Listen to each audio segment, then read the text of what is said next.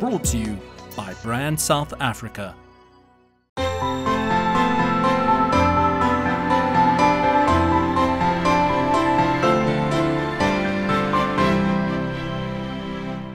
We're talking about infrastructure. Infrastructure is identified as one of the key constraints on the mining sector, whether it's the bulk commodities, the Richards Bay line for coal, the Saldanha for iron ore and manganese. I think the Chamber would say exports could double in manganese and iron ore if the capacity was there. And then we have the electricity issue. Now, we know Transnet are saying they're upgrading their capacity, and we know Eskom on the electricity side are building the 2 new power stations, Medupi and Kasule. Do you have confidence that these 2 state-run entities can fill the infrastructure gap? Or do you think there needs to be changes in how infrastructure is developed in South Africa? Andrew, I think the point here is what the Minister said, that a partnership between government and therefore the parastatals and the industry is essential to get out of this infrastructure constraint and to also better implement government priorities such as beneficiation. We believe the private sector can come to the party, partner with government, and government doesn't have to outlay huge amounts of capital they can use in other areas of government priorities such as housing, other poverty alleviating initiatives. And we believe that in doing so and getting to adopt more competitive, more efficient ways of running this infrastructure together with the private sector, we can get somewhere, we can all grow. That is not to say we're more passionate about railing things out of the country. We support the government beneficiation strategy, for example. But we also must recognize that South Africa, in the scheme of things, of the size of our mineral wealth, is too tiny for the mineral wealth. Would need to ship it elsewhere. The bits we don't use, we can't use in the country, so that we earn very valuable foreign exchange. What government sometimes they get completely blind on is the fact that the more profitable the industry is, they get up to, almost 30% of that without investing anything in it. So we should all be working towards that. 30% of free money is not small, you know. So we need to work together to make sure the industry is efficient, is more profitable, because then the tax base increases as well. And by the way, if it's more profitable, we'll grow too. Therefore, create more jobs. But do you think Transnet is the body, is the entity that can address these infrastructure shortfalls? I mean, do you have faith in Transnet? Just yes or no? I think that's an unfair question, Andrew. I don't think Transnet has sufficient resources to get out of this on their own, I can assure you. Peter, I know you want to speak, but let me just say something to you first. I mean, we're hearing this discussion here, it's very interesting, because I think everybody would agree that government and the private sector have to work together. We talk about team spirit, working together, etc. But clearly there are issues between government and the private sector. Now, after the 2008 economic crisis, MIGDIP was set up, the task force, and mining was put as a priority, top 5 priority sector for South Africa. And people have told me that this has worked well, and the industry, the chamber, etc., have come together. But do you get a sense of still mistrust between government and the private sector? I mean, are relations improving? Can the 2 work together to get the best out of the mining sector? I think relations are improving, Andrew. But let's be honest, nobody will just hand over the advantage, willingly. It's a question of a carrot and a stick. And unfortunately for us as a country, we have such huge legacy challenges that it won't be a question of just trust. I mean, for instance, you're talking about the challenges of the infrastructure. In 2010, nobody said that the industry did not utilize its allocation for Richards Bay, for instance. We under-exported. So we didn't actually optimally utilize the infrastructure. So sometimes it's not only about government or even Transnet. Sometimes it's also ourselves as producers that we don't come to the party. But again, let's look at the issue of electricity. In the past, when we had abundance of electricity, to an extent whereby we went and mothballed our own power stations, there was still no beneficiation. So people cannot come today and say, no, we will build this if there was adequate energy source and supply. Whereas in the past, when it was there, they still did not do that. So there must be another fundamental change that we need to undertake here. And to say, what is it that will make South Africa succeed? Is it about ourselves and them, which is government and private sector? But what about the people, for instance? I mean, people are talking about billionaires in the mining industry. We don't begrudge them that. But wouldn't it be better if we say, let it create 1,000 millionaires as opposed to 1 billionaire? I think for me, it should bring the greatest benefit to the greatest number. Just for me being a billionaire and say, yes, I've arrived, I can tell you now, for instance, in the African communities, one person is accountable and responsible for about 5 people. So if I feel I'm a millionaire, I uplift another 5 people. But if I'm 1 billionaire, I still uplift only 5. So the actual economic skill doesn't come into play there. But what is important for us is for the industry, and I'm glad you're all here, and government. We are all in the same ship, sailing the same sea. So when it gets rough, we're all in it together. We need to try to, like Minister said, not scoring points. But another important that we usually forget now is that the legal framework that we have in this country is very challenging. I mean, an example. We are talking here about the government owning being the custodian of mineral rights. As we speak, there's a judgment by the North Gauteng court that said MPRDA is unconstitutional. Now, we are talking about the state owning minerals and giving people rents and all that. At the moment, legally speaking, now people are challenging all the good things that government tries to do to try and change and transform not only the mining sector, but to transform the society as well. And they're going through the course. And I'm saying those are the challenges that are actually facing us, that it is not only about infrastructure, willingness of the government, it's also about other people who are opposed to this transformation and bringing people into the mainstream again. That's basically, I don't know if I answered the question there. No, that's fine. Let's think it. Deputy Minister, I think, would like to respond, and then we'll go to Becky. Let's appreciate that we actually shortchanging ourselves as a country.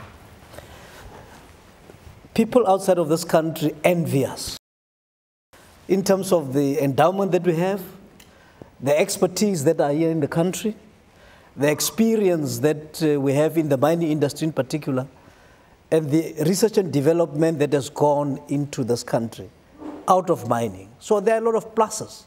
And they're inviting us to say, including with our record of safety that we want to improve, people are saying, South Africa, we can learn from you. The accidents in terms of what is happening is repeat accidents that we say, we shouldn't have happened. Let's stop cutting corners. You see, when there is pressure for production, then people cut corners. We say it's not necessary. Let's do that because we are respected outside of this country in terms of the way we have been mining with all the problems that we have. So I don't want South Africans to sit back and say our mining industry, it's a bad industry. And secondly, the message in terms of the investment, you see, we can't be beating a drum that says South Africa is uncertain about this and the other. As we speak, for instance, nationalization is the policy of government. So we in the administration, we implement policy as we find it. If it changes, yeah, we change. But the debate must go on, like I said in the beginning. The capacity, let me just give an example. We want to support the private sector in general, and especially this mining industry. But we also want to see the same support for government also coming from the mining industry. We've got 5 priorities in this country. Health, education, you know them. Crime, deal with issues of corruption, rural development, etc. You see. But if you go to the rural communities where the mining is taking place, you don't, and see the application of the SLPs, we can improve. All I'm saying, in all these priorities, let's improve. We are committed to assist, to also help and support the private sector in mining with infrastructure, to look into the issue of energy, electricity pricing. It's not just something that we're sitting back. Government is engaged, and I think we're engaging at different levels to try and solve these problems. But I'm just saying the issue of the courtrooms that are used for everything in this country, it's fine. I mean, we've got a democracy. If you feel like, there are things that must be taken to court, let's do that contest. Sometimes we win, sometimes we lose. Sometimes we accept, sometimes we appeal. So let that process take place. But we are quite clear that we have to do our democracy stable, I think. There are challenges also with the judiciary in terms of transformation. I think that we must engage that and deal with it. The boardrooms still need a lot of transformation that must take place in the boardrooms of these companies. You see, to me, I must say it like I think, to put somebody called Godfrey Oliphant as a transformation manager of a company and nothing changes in that company, it's really an indictment. So we must just be serious about transformation if we really want to be taking this country forward. I still believe that can happen, sir. Thank you very much. Becky, I mean, clearly there are frustrations on all sides. Do you get a sense that the government is addressing the industry's concerns? From your perspective as a representative of the Chamber of Mines, do you get the sense that government is serious about addressing your concerns? May I just refer to MIGDET that you covered, Mining Industry Growth Development Employment Task Team. Has it been successful? There are areas of success. When it was introduced, we were being hit by this global financial crisis. We as an industry were running the risk of losing probably in excess of 100,000 jobs. And so the focus of MIGDET was how can we save as many jobs as we possibly can. And there is common cause amongst the members of MIGDET that we saved at least 60 to 70,000 jobs because of MIGDET process. And therefore, MIGDET is successful. There are challenges with MIGDET though, because for us, we are supposed to be equal partners. However, the equality of partnership is sometimes dubious. And for us, we need to be saying, let's meet as MIGDET on a regular basis, focus secretariat, which is effective, and we achieve the goals which we should. Sometimes, as South Africans, we score a goal. We celebrate for forever, and we forget about scoring another goal. And therefore, in terms of MIGDET, we need to score a number of other goals. And two, for us, in terms of the partnership with the ministry and the Department of Mineral Resources, very good. There are areas of challenges, but it's very good. You look at the other Ministry of Energy, partnership good. There are areas of development and which we need to have. Partnership with the Department of Water Affairs, good. However, the water licenses, water use licenses are a challenge. Partnership with environmental affairs, good. However, there are areas of challenge. Let me bring the issue which the Deputy Minister raised, the acid mine drainage, which we have. We have the ministerial committee, interministerial committee, which is dealing with this issue. Our view, honestly, is that the ministers involved, they can be more decisive, and they can be very clear. They can cooperate with the mining industry in order to ensure that we have a self-funding model about this issue.